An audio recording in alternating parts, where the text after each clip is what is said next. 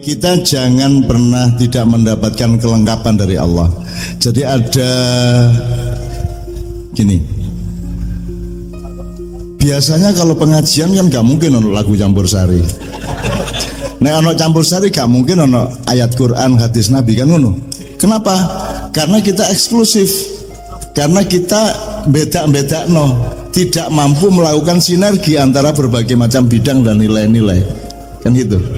Mergo nek iki saiki ono ta panganan iku situk tok bahane. Enggak ono. Nek sambel berarti kudu gelem lomboke kudu gelem campur karo bawang, karo brambang, karo terasek, karo uyah, karo bahkan diulek kudu gelem. Kita diulek, kita menjadi bukan lombok lagi karena kita sudah menyatu dengan seluruh sambal. Terus rupanya gak. Nah, orang yang bersinergi adalah orang yang merelakan egonya, merelakan dirinya, gitu ya. Gini, saya ingin ini saya ngomong bukan iseng teman sekalian. Allah itu memberi teori jenis komunikasi, diplomasi, dakwah, apa semua kan sama, yaitu teori hijrah, mengajak manusia berpindah dari A ke B, dari kurang baik menjadi baik, dari belum tahu menjadi tahu, dari tidak mau menjadi mau, dan seterusnya. Minadz-dzulumati ilan nur. Itu kan satu perpindahan, satu.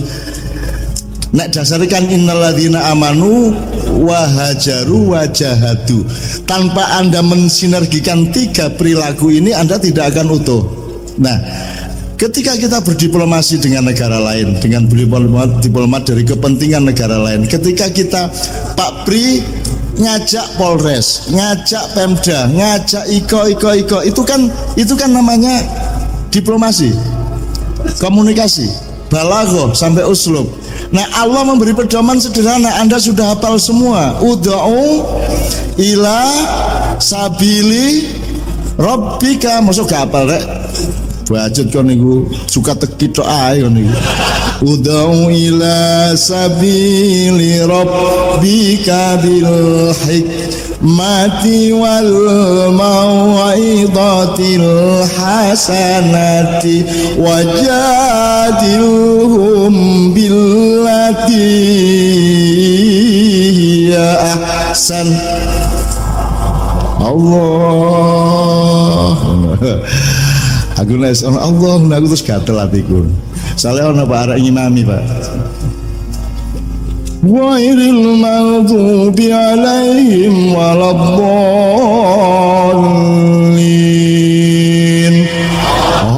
Buri kan. Amin terus noleh kompak rek. Ana imam gendeng niku ana. Awas kene ya Pak, ndak dodok ndasuhan. Tapi seneng idene aku lho. Ngimami serius-serius sing kene amin karo ngene kan delok dhewe. Amin dadak sing ngimami ngene kompak rek. Iku gak halal ya, gak oleh, batal sembayangnya. Cuma aku seneng idene. Nek kon gelem nakal titik ngono dalam rangka kreativitas, itu nanti bisa menerobos banyak hal yang sebelumnya tidak terbuka, ngono ya. Oke. Jadi ud'u ila sabili rabbika bil hikmah, situ kita panggillah mereka ke jalan Tuhanmu. Itu bisa dari gak gelem ngarit, dari gak gelem nandur, dari gak gelem bareng, ya. Itu Allah mengatakan ud'u ila sabili rabbika. Celuen jaan arek-arek iku ke jalan Tuhanmu, yaitu jalan untuk ukhuwah, jalan untuk sinergi bil hikmah. Dengan hikmah, bukan bil haki, bukan bil khairi, bukan bi yang lain-lain, tapi dengan hikmah. Jadi nek ngejak wong ojo mengandalkan benermu dewe, karena kalimatnya bukan bil haki, tapi bil hikmah. Hikmahnya kebijaksanaan. Ini saya karena penyanyi kita barusan adalah kepala pengadilan, ya. Saya ingin ngomong bil hikmah ini karena hikmah itu dari kata hakama yahkumu, hukman, wa huwa hakimun. Hakimun adalah orang yang mengerti presisi yang paling bijaksana dari suatu keadaan. Jadi dia orang yang sangat peka terhadap titik paling inti dari kebijaksanaan hidup. Itu namanya hakim. Jadi hakim ke pengadilan itu nomor satu bondone duduk pasal-pasal. Pasal itu gurung karuan berlaku untuk kasus yang dihadapi, karena setiap manusia punya masalah yang baru. Ya, kadang-kadang pasalnya cocok, kadang-kadang tidak cocok. Maka yang paling utama yang dibawa hakim ke pengadilan adalah rasa bijaksana, rasa adil, nurani yang berada pada inti kebenaran Allah Subhanahu wa taala. Jadi kenapa kok bil hikmah kok bukan bil hak? Karena Allah di tempat lain menyatakan al-haqqu mir rabbika. Kebenaran tuh dari Allah, gak iso kan duwe dhewe, gak iso. Nek gak dikai Gusti Allah gak iso. Ya, maka ojo kok andalno kebenaran, kebenaran itu simpen ndek jero atimu, pikiranmu, begitu metu teko lambe, begitu metu di tangan dan palu, itu yang muncul bukan kebenaran tapi kebijaksanaan. Saya ingat Pak, ada mbah-mbah di daerah sini kalau tidak salah Blitar apa mana, yang dituduh nyuri apa terus didenda 5 juta. Ya. Terus secara hukum yuridis formal dia harus dihukum 5 juta. Tapi hakimnya kemudian memakai hati nurani, dia ketuk palu, didenda 5 juta. Tapi kan tidak mungkin mbah-mbah iki bayar. Maka kemudian secara pribadi dia ucul rek iki gawe bebas mbah iki, aku urun saene sapa liyane urun, akhir kabeh urun dan bebas lah mbah ini. Itu namanya bil hikmah wal mau'izatil hasanah. Indonesia di Jakarta terutama kabeh saiki gelut mergo bendere dhewe-dhewe. Lho gak? Sing iki bendere dhewe, sing iki bendere dhewe padha karo gak iso dibelani kabeh. Ya. Ya, tiang listrik meneh iki kok. Nek cara Jawa, kebenaran yang paling rendah adalah benere dewe. Kalau bahasa saya kebenaran subjektif, kebenaranmu sendiri. Belum tentu kebenaran yang sama dengan orang lain. Bahkan benermu dewe gak podo karo benere bojomu. Maka kebenaran yang paling dasar, yang kalau istilah kedokteran di bawah standar itu apa? Under standard. Dasar ya, dasar. Sampai kan ada dasar, standar, advance. Ya. Kebenaran dasar itu bener dewe, tapi belum berlaku. Mosok omah iku mek pademi tok. Wong masih dasar kok. Maka harus ada bangunan bendere wong akeh. Tapi wong akeh apa mesti bener? Wong akeh belum bener, gurung mesti bener. Maka tidak ada diktator mayoritas, apalagi diktator minoritas. Nah, di Jakarta sekarang melawan diktator mayoritas dengan menggantikannya melalui diktator minoritas. Tambah salah pindho. Lho kok niku ngelarang apa jenenge? Godhong kates sing pahit. Iki pahit gak oleh. Kok gandani Brotowali, nemen tambahan pahite. Kan gitu. Jadi benere wong akeh gurung mesti bener. Wong akeh gurung mesti benar. Maka semua orang baik Polres, pengadilan, rumah sakit, Pemda dan semua komponen bersama-sama punya etikat untuk mencari kebenaran yang tertinggi, yang ketiga yaitu bener kang sejati, bener yang sejati. Itu dinamis sifatnya dan terus kita cari. Maka beliau tadi dengan penuh kebijaksanaan golek sing paling bener ya opo. Gak gampang muring-muring, gak gampang ngelokno wong, gak gampang musuhi wong. Karena semua musuhmu sebenarnya adalah orang yang sangat mencintaimu. Semakin orang membencimu sesungguhnya itu adalah potensi cintanya. Jadi jangan kamu membenci orang yang membencimu karena dia potensial untuk mencintaimu. Itulah yang aku alami dulu. Aku dibenci, tidak ada sebenarnya kebencian, tidak ada. Kebencian hanyalah cinta yang tidak tercapai.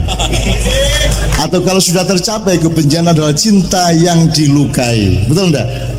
Kalau cinta engkau lukai, dia berubah menjadi benci. Tapi tidak ada kebencian, yang ada hanya Ar-Rahman Ar-Rahim, cinta yang ada. Cuman kalau cinta tidak mendapatkan tempat, ruang dan waktunya yang tepat, kalau cinta ditolak, kalau cinta disakiti, dia berubah wajah dari bidadari menjadi Betorokolo. Ini kira-kira ya. Tapi tetap dewa loh rek, gitu ya. Ya mudah-mudahan ini memudahkan Anda. Dia awakmu urusan apa ya? Dodol nang pembeli harus bijaksana. Pembeli nang sing dodol kudu bijaksana. Maklaran kudu bijaksana. Apa meneh wis? Gojek. Kon Grab, ono sing Grab, ono sing Gojek, ayo, ono. Kon gonceng wong lak kudu bijaksana. Engko tanganmu ngene.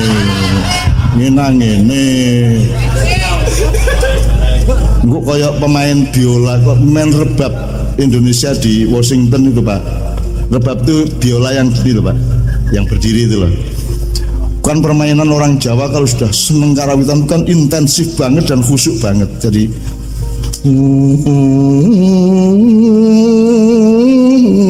ya, wah kagum meneng cep sak gedung itu.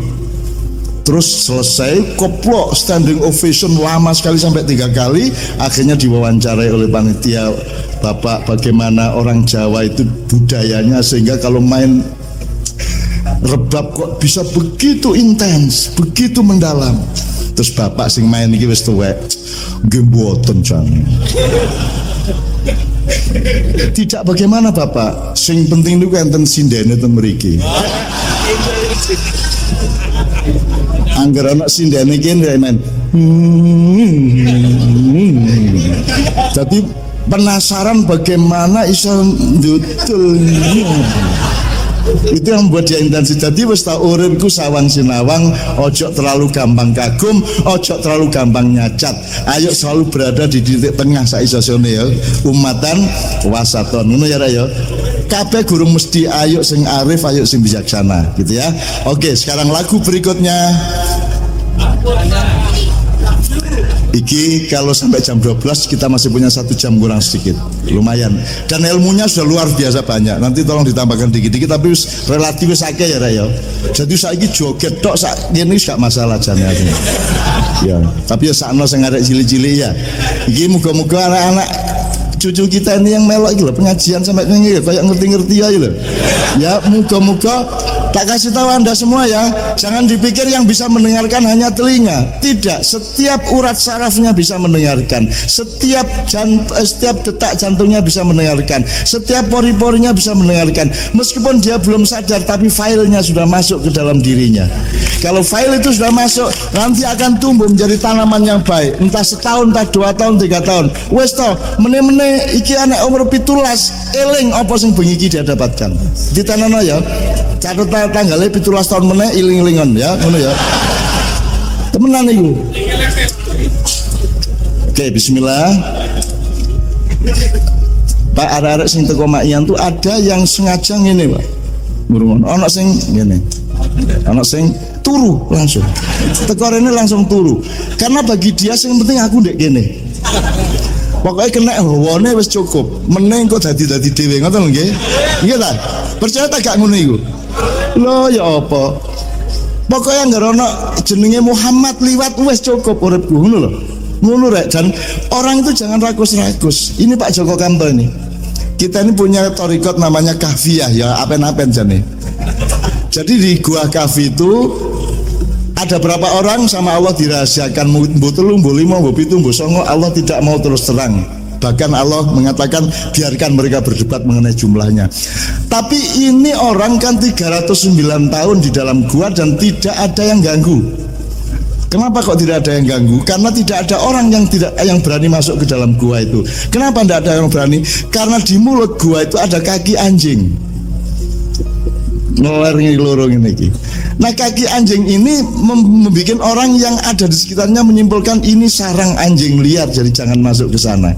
Mek mergono sikile kitmir atau arokim, kalau di Al-Quran namanya arokim, tapi dalam sejarah namanya kitmir. Aku takon sing jogok Ashabul Kahfi turu tau 309 tahun itu kan anjing. Jadi kan nek ono ngomong asu ya cok muring-muring. Apik toh? Yo. Kon sing jaga Ashabul Kahfi lho. Bahkan jare Pak Joko, aku dadi sikile tok lho gelem. Aku dadi sikile kerek lho gelem wis. Gak usah dadi wong mulya, aku dadi sikile kerek wis gelem. Orang kalau bersyukur Mas, tidak bisa menemukan apapun kecuali bersyukur kepada Allah Subhanahu wa taala. Masih kon melarat, masih kurang, masih lesu apa, tetap kamu menemukan apa yang kau akan syukuri kepada Allah Subhanahu wa taala. Makanya namanya alhamdulillah. Dadio kiai alhamdulillah, dadio menungso alhamdulillah, ya toh? Kelangan duwe alhamdulillah. Bane mbledos itu alhamdulillah gak loro. Bane mbledos karo alhamdulillah gak AC pedot. AC pedot alhamdulillah duduk gegermu. Tetap alhamdulillah ya toh? Itu namanya kiai alhamdulillah. Ada kiai alhamdulillah di daerah Pati zaman dulu dijuluki kiai alhamdulillah mergo dhek iki bersyukur ono opae bersyukur.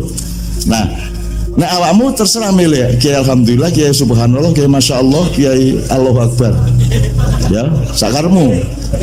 Yang terbaik adalah kiai astagfirullah menurut saya, karena itu membuat kita selalu bersih di hadapan Allah Subhanahu wa taala.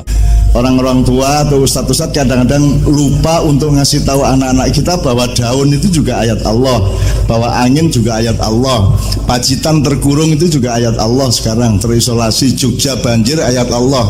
Jogja hutan nih. Jogja sudah 4 hari 4 malam berturut-turut hujan terus, dan banyak yang longsor, banyak yang jebol jembatannya, banyak yang terkurung desa-desanya. Tempat Pak Muzamil setinggi dada banjirnya. Tapi orang Madura seneng dengan banjir, malah bluron ya. Meskipun dia tinggal di Jogja. Nah, teman-teman sekalian, yang ayat yang ketiga yaitu Al-Qur'an Karim ini kemudian ke anak-anak kita perkenalkan. Ono wong sing maca Quran sampai khatam, terus khataman gitu betul. Ono wong sing ngapalno Quran sampai khatam terus khataman. Yang ketiga adalah wong sing nglakoni Al-Qur'an dan khatam. Khatamnya tidak seperti khataman moco. Nek moco kan dari Al-Fatihah, dari Al-Baqarah sampai Anas. Tapi nek ngelakoni, kon ngelakoni Anas tok angger sempurna, angger fix ya. Ya, berarti khataman. Awakmu ngelakoni satu ayat angger tenanan, bersungguh-sungguh, dan Allah menganugerahi kabulnya, maka kita khataman. Nah, sekarang ini akan betapa nikmatnya menjadi orang mulia, betapa nikmatnya bekerja sama di dalam kemuliaan, tidak hanya dalam kebenaran dan kebaikan. Bayang no ono red zone 0 menit gak mikir duit sopo. Aku tahu rek, soalnya ono wong ketuabrak mobil kesuweret sampai 50 meter sampai ngene iki. Gue becak, soalnya mobil kan harus gelem ngeterno, tak gorang becak nang rumah sakit ya. Teko kono, ini siapa yang jamin, sing jamin dasmu ngono aku. Ono wong koyo ngene kok ditakoni sing jamin sapa? Ya rumah sakit ya kudu marasno, aku model markesot. Engko nek kira-kira mari ditangani terus kok gak dibayar, nagih aku tak kandhani lho. Sampeanku ngongkon aku bayar. Bayar iku syaratnya apa? Duit lah, sampean roh nek aku duwe duit. Wong aku gak roh, gak duwe duit kok sampean lak gendeng sampean niku. Jelas kan duwe duit sampean kuwi bayar. Ingat ta? Betul enggak? Itu cara markesot gitu loh. Loh, tapi kan sampean berobat. Lah ya mesti berobat nang rumah sakit, mosok berobat nang kantor polisi. Ngono carane. Nah, di Tulungagung tidak akan terjadi seperti itu, karena siapa saja masuk 0 menit yang gawat darurat dan tidak mikir duit ana laga. Jadi gak perlu lo duruk-durukan model markesot. Gue kene ndak ditanya duit sopo. Pokoknya kewajiban dokter, kewajiban rumah sakit adalah memproses orang dari sakit menuju sembuh. Perkara iku nomor loro kok sih ditolak sih. Engko gampang gitu loh. Sing penting ditangani sih. Itu red zone. Itu orang yang detek itu juga harus ditangani. Terus ada yellow zone. Yellow zone ku sing kira-kira iki nek gak ditangani dalam beberapa menit, ngono ya. Jam. Beberapa jam. Jadi nek sing red zone kurane menitan rek. Iki 2 menit 3 menit gak ditangani iki iso bablas iki. Nek sing yellow zone iki nek sampai 3 jam 4 jam gak ditangani bablas. Terus ono meneh green zone itu sedina 2 dina wis gak apa-apa ngono. Ora mare mati. Sampeyan gawe meneh situ Pak apa jenenge orange zone. Iku digawe arek-arek sing apen-apen loro. Tujuane ya dimok-mok karo perawate. Iku jenenge orange zone. Ono Pak, wong sing jane gak loro apen-apen loro. Ada namanya penyakit sakit. Kan ada penyakit sakit.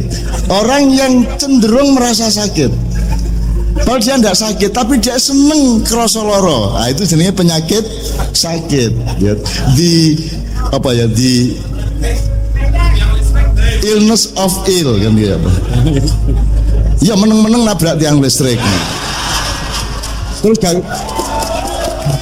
Terus kata apa? Bendul tuku bakpao cek bendul. Itu jenisnya penyakit sakit. Ya. Terutama jomblo-jomblo itu Pak. Gak tahu nak ngelus-elus akhirnya pura-pura nang rumah sakit. Terus ada apa? Mboten niki sampean sing penting sampean kula menlego ati kula.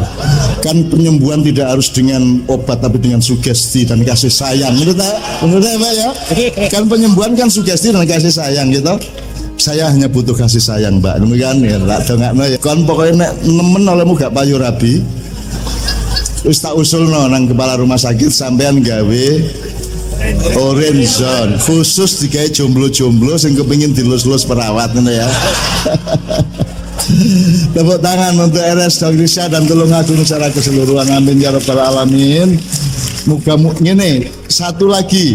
Kan iki nek wis gak ono Pak Pri apa nek gak ono Pak Bupati nek iki apa? Terus kan kalau dalam teori sejarah mana yang harus lebih kuat, manusianya apa sistemnya? Ya kedua-duanya ngono ae. Nek sistemnya tepak kaya apa nek menungso nek tikus ya dikrakoti kabeh kita mboten.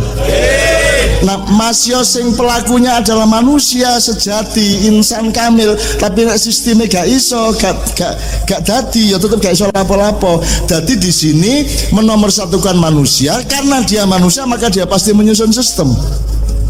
Mulanya duduk mensana incorpore sano, tapi mensano incorpore sana. Paham tak gak kon iki, Rek? Walah arek saiki.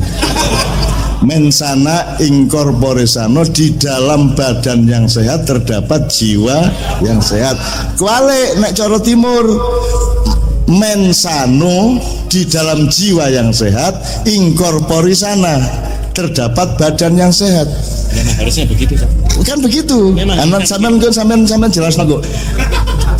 Nek utakmu bener, hatimu bener, kon kepingin nyehatno awakmu ta gak? Jadi sehatnya badan itu berdasar ide dan aspirasi dari hati dan pikiran yang bener, dari jiwa yang bener. Saiki Setia Novanto sihat enggak badannya? Loh, sehat agak? Nah, kan dia mensana, sehat badannya, incorpore sano tak? Enggak. Jadi teori mensana incorpore sano itu berasal dari filosofi materialisme yang sekuler, yang tidak menemukan hubungan antara bumi dengan langit. Di sini ini sinerginya tadi itu berdasarkan agama, berdasarkan Al-Quran, berdasarkan kitab-kitab, berdasarkan filosofi tentang manusia. Manusia itu duduk awakmu iki tok. Manusia itu lebih dalam dari dirimu. Siapa jenengmu sapa? Jenengmu? Sultan. Dapurmu ngono Sultan.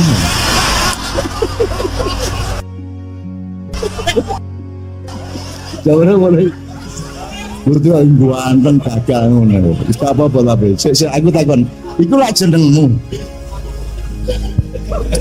Nah, awakmu iku Sultan ta dudu? Dudu ta? Wong awak iku mek jenengmu. Iki kan koplokmu, mek koplokmu dudu awakmu, klambimu, tanganmu, erongmu, lambemu, tapi lak dudu kon. Seluruh badanmu bukan engkau, dia hanya rumah kecil dari jiwamu, betul. Rumah yang lebih besar adalah keluargamu. Rumah yang lebih besar adalah masyarakat dan negaramu. Jadi engkau bukan ini. Nah, di Tulungagung ditemukan nomor siji iku atine menungso, kebutuhane menungso. Masih kon urusan nopo kan endingnya kudu sehat. Maka rumah sakit yang harus nomor satu disiapkan untuk menjadi hospitality. Gak paham terakhir ini mesti. Di bahasa Inggris rumah sakit itu bahasa Inggrisnya hospital, dari kata hospitality, artinya apa? Keramah tamahan ya. Di kene rumah sakit. Aku jane rada gak setuju, tapi di Indonesia iki masih wis kadung elek, suwe-suwe dirasane sudah dadi apik. Aku kan anakku lahir, Pak, selalu saya pasang iklan di koran, telah lahir di rumah sehat PKU Muhammadiyah ngono. Selalu rumah sehat, saya sebut rumah sehat, tapi gak ono wong tertarik, tetep rumah sakit sampai saiki. Lah ya ono wong loro kok malah kok dele rumah sakit iki ya apa karepmu? Wis loro kok dele rumah, gak tambah loro dhek ngono nek ati iku lho. Wong wis yatim kok dele rumah, ya apa sih? Yatim iku nek ancane kok tolong dadekno cek duduk yatim, dadekno anakmu. Jadi ojo diasramakno, tapi dibagi nang keluarga-keluarga sing gelem. Akhirnya dia punya bapak ibu menjadi tidak yatim lagi. Nek kok kelompok nang di rumah sakit, di rumah yatim, metu omah delok plang, oh rumah aku yatim ya, metu oh aku yatim ya. Akhirnya dia yakin bahwa dia yatim. Suwe-suwe dia manja, mergo dia yatim. Nang dindi aku yatim loh. Awas ngangke kan. Nah. Kita mboten. Akhirnya perusahaan-perusahaan mergo kesat mikir mengenai struktur sosial. Pokoknya angger poso, angger mau sedekah langsung julu anak yatim. Ngono. Terus pokoknya gak gelem mikir, pokoknya anak yatim mesti apik. Gak dicek yatim ta duduk. Nah, ada beberapa rumah yatim atau beberapa lembaga anak yatim yang ternyata lembaga bisnis. Pokoknya pasang rekening di koran, di online, pokoknya nomor iku iso sapa wae iso ngekei duit untuk nolong anak yatim, padahal belum tentu ada anak yatimnya. Aku tahu di seorang bupati di Jawa Timur sambat aku, Cak, petang tahun aku ngewangi rumah yatim. Kita parani dadak gak ono, Cak. Aku gak ngomong bupati ini, tapi pokoknya sambat aku petang tahun lho tak ewangi. Bareng aku kunjungan orang ternyata gak ono anak yatim. Aku tahu dek poso-poso di kongon keliling ke banyak perusahaan dari Medan sampai Makassar sampai Surabaya, Jakarta, Padang, Manado, Mataram untuk acara sama anak yatim. Ramadan biasa tuh masak durungi buka ya loh. Terus aku lah gak gelem ceramah. Aku lah mau pengajian yo ngono-ngono iku. Masa arek yatim anak-anak ya. Qala Allah Ta'ala fil Qur'anil Karim, idza mata benu adek gua hadis ya. Pokoknya aku gak ngono. Dadi arek-arek tajak dulinan. Sini yo. Terus guyon, takjak mubeng-mubeng, takjak selawat bareng, takjak nyanyi bareng. Terus tak takoni itu namanya siapa? Fahmi. Bapaknya Fauzi. Kerja di mana? Pegawai negeri. Ibunya jualan di pasar. Duduk yatim katanya. Wake tak wawancarin duwe bapak duwe ibu lan yatime sing endi iki. Ternyata kata yatim itu komoditas yang dijual oleh makelar-makelar tertentu, dan perusahaan-perusahaan tidak mikir sing penting ono lembaga yatim dijupuk ngono tok ae. Nah, kontrol seperti ini yang membuat sinergi kita menjadi hancur karena ternyata apa-apa kabeh. Nah, insya Allah ditolong aku ini cetha, Mas. Aku mang delok dhewe lho rek. Pokoknya ono kasus nih kono, ono kecelakaan apa ya? Kecelakaan, sing rumah sakit langsung ceklek. Ngono di kantor polisi tot ngono sih. Kan nek kepengin ngerti tolong aku temen njaluk online. Jadi kapan ae ono tondo di rumah sakit aku awakmu nduk kamarmu ono tot ngono ya. Itu online terus. Ambulan siap di mana-mana. Ada yang harus diambil within 1 menit, 2 menit. Ada yang kalau tidak terlalu gawat, mek lorone mek pilek tok ngono ya gak ojo njaluk ambulan, kon melayu dhewe. Begitu kon melayu tuh kon rumah sakit waras tuh rumah sakit wong melayu mesti pileke ilang. Arek-arek kadang-kadang demam titik ngono rumah sakit. Gitu loh, arek-arek kadang jane demam iku melayu wae. Asar terukur ya waras wis.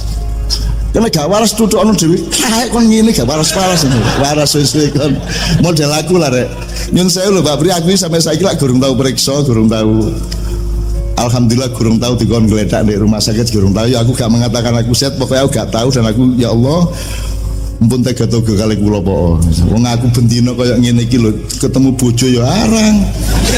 Bayangno saiki aku ndek kene bojoku ndek Bogor. Meni aku nang Bogor bojoku nang Jakarta. Pokoknya kepethuk ndek terminal ndek. Gak tahu temenan kapan aku sebagai bojo iki kapan aku melakukan eksekusi dan aplikasi.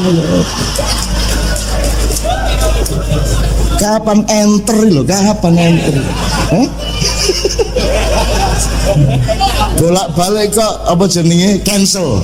Aku cancel. Oke.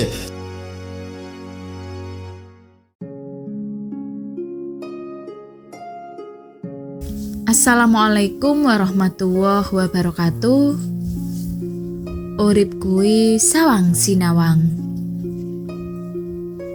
Bobolnya nilai kemanusiaan saat ini sudah diantisipasi oleh Mbah Nun dengan berbagai uraian dan ungkapan reflektif. Salah satunya adalah tentang hak asasi manusia yang dijunjung seolah memperjuangkan keadilan paling puncak atas semua kehidupan. Bahkan, tidak ada hak asasi Tuhan yang bagi warga Ma'iyah sesungguhnya yang lebih memiliki hak di atas segala hak makhluknya. Gegar otak budaya ini semakin memberi bilah jelas mana yang jernih dan mana yang keruh, mana yang diikuti sebagai cara hidup dan mana yang dihindarinya. Mana yang asal merasa benar dalam memilih dan yang memilih dalam kebenaran. Masyarakat dunia adalah pemukiman yang diisi oleh manusia sebagai pemegang kendali, namun tiap-tiap manusia tidak mendapat pendidikan pengendalian. Tidak membina cara mengendalikan, tidak ada asupan pelajaran untuk menentukan skala prioritas. Orang-orang lebih berminat mengajari generasinya dengan bebas memilih, diajari untuk menjadi diri sendiri, tapi tidak dikenalkan yang dimaksud diri itu yang mana. Yang bagaimana, seperti apa, berapa luas dimensinya, berapa banyak layer abstraksinya, dari mana dan mau kemana, apa tujuannya, apa bekalnya. Orang-orang lebih berminat menyuntik pemahaman kepada generasinya untuk menghindari kesulitan dan memberikan fasilitas-fasilitas yang mempermudah kehidupannya. Artinya, semakin banyak kemudahan, diyakini akan menjadikan generasi muda hidup dalam kondisi lebih baik. Sementara Allah sendiri telah berfirman bahwa sesungguhnya bersamaan dengan kesulitan terdapat kemudahan. Ini rumus baku kemudahan. Orang yang tidak mau berjumpa kesulitan sesungguhnya menemui kemudahan sesaat. Yang alih-alih menabung kesulitan di kemudian hari. Kesulitan yang hadir pada hidup manusia merupakan paket sepasang sebagai kawan paling akrab kemudahan. Disadari atau tidak, kemudahan yang saat ini jor-joran diinjeksi dalam peradaban menjadi bumerang yang menjadikan generasi manusia makin lemah, manja dan baperan. Banyak yang justru karena akrab dengan kesulitan, ia tetap tangguh dan tumbuh normal sebagai manusia sesuai fitrahnya. Sedangkan yang dihindarkan diri kesulitan malah menjadi produk gagal untuk menjadi generasi tangguh. Kelakuannya miskin pengetahuan tentang nilai kemanusiaan. Tak paham tenggang rasa, tepo sariro, perangainya menjadi menyimpang dan kadang tindakannya menjadi kejam. Ma'iyah dan kesulitan majelis ilmu atau majelis sinau bareng Ma'iyah mengalami proses tidak lepas dari kesulitan. Setiap bulan jamaah Ma'iyah dari segala penjuru berjerih payah mempertahankan kesanggupan menggelar sinau bareng di simpul pada daerah masing-masing. Pengerahan pikiran, tenaga dan biaya sudah pasti. Ada yang setiap bulan mendanai acaranya dengan biaya yang tidak sedikit, ada pula yang tidak banyak. Apakah ini tugas semua orang? Tidak, tapi jamaah Ma'iyah merasa mendapat tugas ini dan harus mengembangnya dengan sungguh-sungguh. Apakah mudah mempertahankan itu semua? Untuk apa? Apa gunanya duduk berjam-jam semalaman? Apa gunanya ngobrol ngarol ngidul tanpa juntrung? Memang setiap awan yang bergerak tanpa membawa embun tampaklah anggun. Putih, cerah dan lincah berduyun menghias langit. Sedangkan yang telah mengandung embun, awan itu tampak suram, mendung dan mengancam. Apalagi ketika muatan itu dimuntahkan menjadi hujan, tak sedikit orang mengumpat, menyinyir, mengeluh, mendesah, kecuali muntahan itu hadir setelah kemarau panjang. Apa gunanya Ma'iyah sedangkan tai lalat di tubuh manusia saja ada gunanya? Apalagi kegiatan yang melibatkan kemenyeluruhan unsur yang sinau, yang membangun cinta kepada Allah dan Rasul-Nya, dan mengasah, menganalisa, mengintrospeksi, memindai peristiwa, mengantisipasi, melakukan eguh. Siapa yang pernah berpikir bahwa apa yang disumbangkan sinau bareng kepada negara adalah menandai kondisi, meredam pergolakan, memberi ruang bagi yang dilupakan, yang jumlahnya tak sedikit karena merasa disingkirkan oleh kebijakan. Sedikit menjadi bahu bagi yang mau bersandar, menjadi telinga bagi yang ingin didengar, menjadi kawan yang siap menemani. Mereka semua bisa menjadi potensi untuk mendobrak kekalahan dengan tindakan buruk, namun dengan ada ruang berkumpul dan mencerahkan, potensi buruk ini luruh dan luntur. Ada penggumpalan harapan dan semangat untuk bangkit lantaran kembali diingatkan tentang kasih sayang Allah dan Rasul-Nya. Hanya orang naif yang penuh kebencian yang tak mampu melihat kegunaan suatu fenomena. Hanya orang yang tidak memahami berkah air hujan yang mengumpat saat hujan turun. Hanya orang yang hanya memikirkan selera diri, yang selalu menuntut orang lain dan tak mau bertuntut, bahkan tak mau tertuntun. Ironisnya, ketertundukan tetap terjadi, bukan tunduk kepada Tuhan yang telah mengatur dan menuntun manusia untuk giat tumbuh secara berimbang, melainkan tunduk kepada pihak yang menyongkongnya dengan bermacam kemudahan dan kesenangan. Ma'iyah, di seantero penjuru bekerja dan bergeliat dengan semangat membangun cinta kepada Allah dan Rasulullah, bisa menjadi delta-delta modal baru. Setiap sebulan sekali berkumpul sinau bareng, ada yang lebih. Ada yang berkunjung antar simpul, ada yang memang simpul bersangkutan menggelar sinau bareng lebih dari sekali selama sebulan.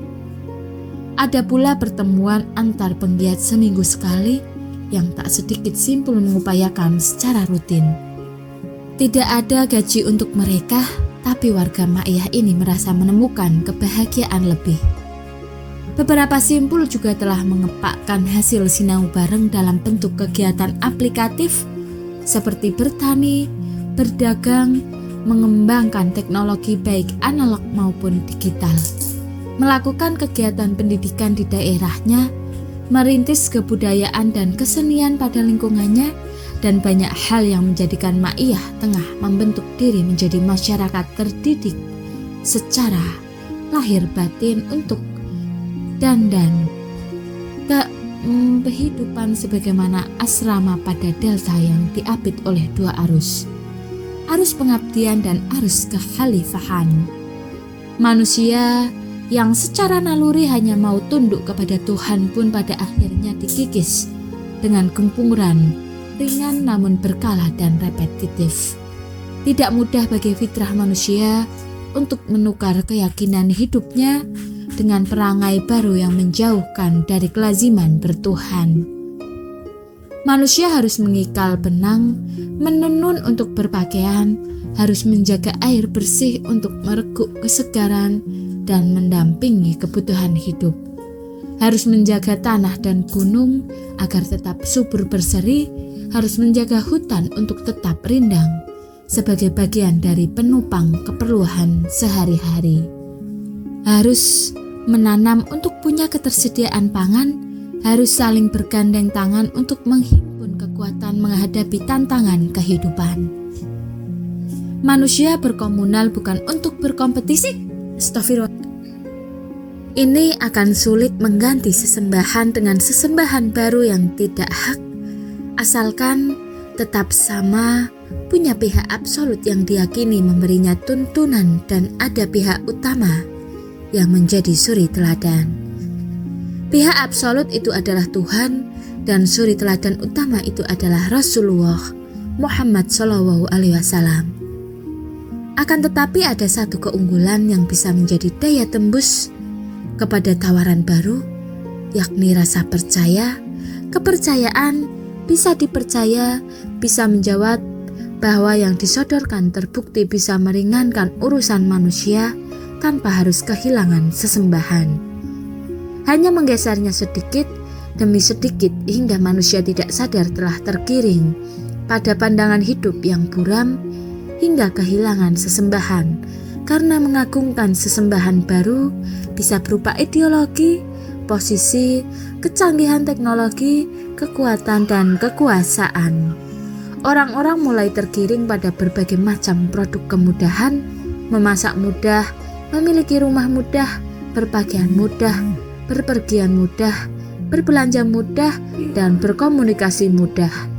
Manusia hanya perlu bekerja seperti biasa untuk kemudian membeli itu semua dari hasil kerja kerasnya. Kalau kurang uang, meminjam juga mudah. Kalau tidak bisa bayar, mudah untuk mencelakakan orang lain. Akhirnya, mudah pula mengeluarkan sifat buruk untuk bertahan hidup. Serta-merta ruang untuk perangai buruk lebih terbuka daripada ruang untuk perangai mulia. Manusia tak lagi mengutamakan kemuliaan hidup, sebab merasa hidup bersama keluarga perangai yang tak mulia pula. Diam-diam, manusia menjadi tumpul dalam bersikap baik. Juga kian dungu dalam memproduksi, menjadi tercambuk dan terderai situasi. Dituntut untuk terus menghasilkan susu agar bisa setiap hari diperah. Dituntut untuk terus sehat dan bugar agar bisa terus diberdayakan. Dihimpit oleh kepentingan orang lain yang lebih mampu secara finansial. Keahlian manusia dalam manusia bertahan hidup memudar. Berbondong-bondonglah manusia masuk ke dalam sarang laba-laba yang sebelumnya tampak berkilau gemerlapan. Namun ternyata menjerat dan memangsanya. Tidak bisa berkutik, terikat dan terancam, manusia kehilangan banyak hanya karena salah menaruh kepercayaan.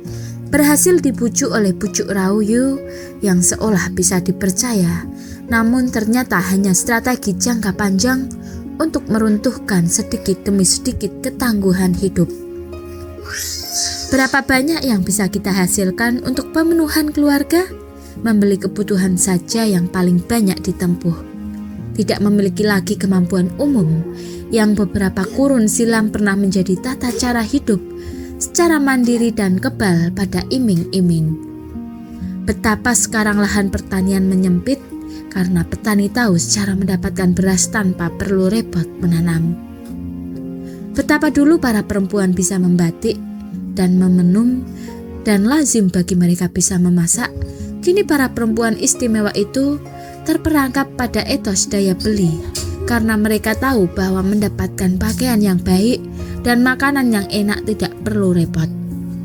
Dulu masyarakat dan orang tua meletakkan diri sebagai pihak yang mendidik anak-anaknya, mengenalkan cara beribadah kepada Tuhan, cara berkebun, cara berladang, cara merawat binatang ternak, cara menghadapi kesulitan dan cara menata mental. Para anak-anak kampung adalah anak para orang tua kampung. Mereka bisa dinasihati, ditolong, diperingatkan, dibantu bahkan dimarahi untuk mencegah perilaku tersebut berkembang secara lebih berbahaya. Tidak perlu menunggu orang tua kandung mereka. Siapapun yang merasa menjadi orang tua akan berperan sebagai orang tua kepada semua anak-anak. Dan anak-anak akan memperlakukan penghormatan kepada setiap orang tua seperti mereka menghormati orang tua mereka sendiri. Kini, para orang tua sudah sibuk bekerja, menghabiskan waktu untuk mencari uang, mengerahkan modal waktu pendampingan, dan mempercayakan kepada pihak atau badan pendidikan yang bisa dipercaya. Ada yang bahkan tidak mengerti kemampuan anaknya sendiri karena menyangka setiap anak yang telah disekolahkan akan otomatis menjadi pandai. Para anak tidak mengenal orang tua dan cara menghormatinya, dan para orang tua tak mengenal anak-anak karena tak jarang mereka pun tak cukup kenal kepada anak mereka sendiri. Sekian yang dapat kami sampaikan, mohon maaf apabila terdapat kesalahan dalam penyampaian. Wassalamualaikum warahmatullahi wabarakatuh.